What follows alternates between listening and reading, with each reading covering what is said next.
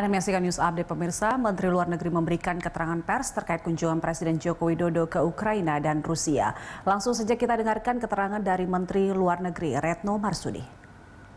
Masyarakat Afghanistan, Indonesia telah berkolaborasi dengan Qatar dengan menyepakati sebuah Letter of Intent tentang providing humanitarian and development assistance for Afghan people. Dalam pertemuan ulama Indonesia juga membawakan isu pendidikan bagi perempuan.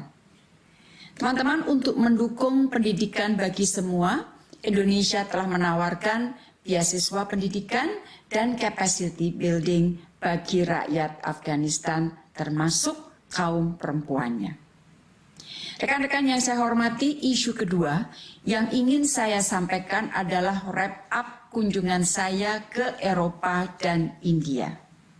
Tentunya secara detail hasil pertemuan saya telah saya sampaikan dalam 2 kali press briefing dari Praha dan New Delhi. Pada hari ini, saya hanya ingin mengulang sedikit mengenai beberapa hal besar yang saya sampaikan dan saya peroleh dari perjalanan tersebut. Pertama, isu mengenai Indo-Pasifik terus menjadi perhatian, termasuk menjadi perhatian negara-negara Uni Eropa. Dan di dalam setiap pembahasan mengenai kerjasama Indo-Pasifik, Indonesia selalu diundang untuk berbicara. Di Paris, Februari 2022, saya diundang sebagai pembicara utama. Di Doha, Maret 2022, saya juga diundang sebagai pembicara utama. Di Praha, baru minggu lalu, saya diundang sebagai pembicara utama. Dan di Delhi Dialog, minggu lalu juga, saya juga diundang sebagai salah satu pembicara utama. Undangan-undangan ini tentunya tidak terlepas dari refleksi pengakuan dunia terhadap leadership Indonesia di dalam pengembangan isu kerjasama Indo-Pasifik setelah Indonesia menginisiasi ASEAN Outlook on the Indo-Pacific. Posisi Indonesia konsisten bahwa kerjasama Indo-Pasifik harus inklusif. Kerjasama Indo-Pasifik harus dilakukan secara sinergis, mengingat adanya sejumlah konsep. Kerjasama Indo-Pasifik harus diarahkan pada kerjasama konkret dan mendorong sinergi dengan ASEAN Outlook on the Indo-Pacific. Dan budaya damai harus terus dikedepankan di Indo-Pasifik.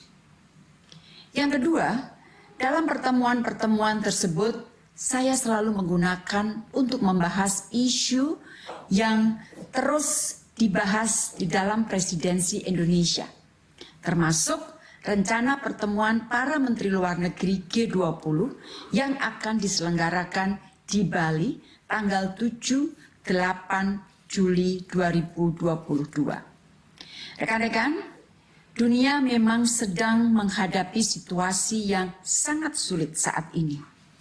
Situasi ini justru mendorong presidensi Indonesia untuk lebih aktif dalam menjadikan G20 sebagai katalis bagi pemulihan ekonomi global.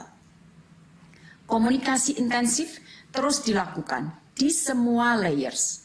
Baru-baru ini, Presiden Republik Indonesia juga melakukan pembicaraan per telepon, antara lain dengan Sekjen PBB, dengan Kanselir Jerman, Perdana Menteri Pakistan, dan juga dengan Presiden Turki. Saya sendiri terus melakukan komunikasi secara intensif dengan para Menteri Luar Negeri G20 dan Menlu-Menlu lain dari negara lainnya.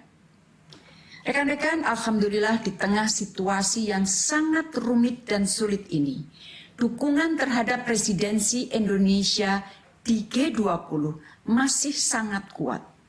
Dan diskusi terkait substansi di semua working group sampai saat ini berjalan dengan baik. Sehingga dapat saya sampaikan bahwa everything is on the right track.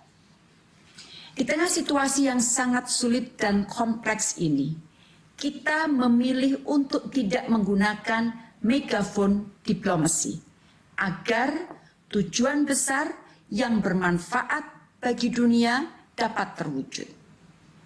Ketiga, tentunya di dalam pertemuan-pertemuan dengan Pemirsa, nantikan news update 1 jam mendatang. Sampai jumpa.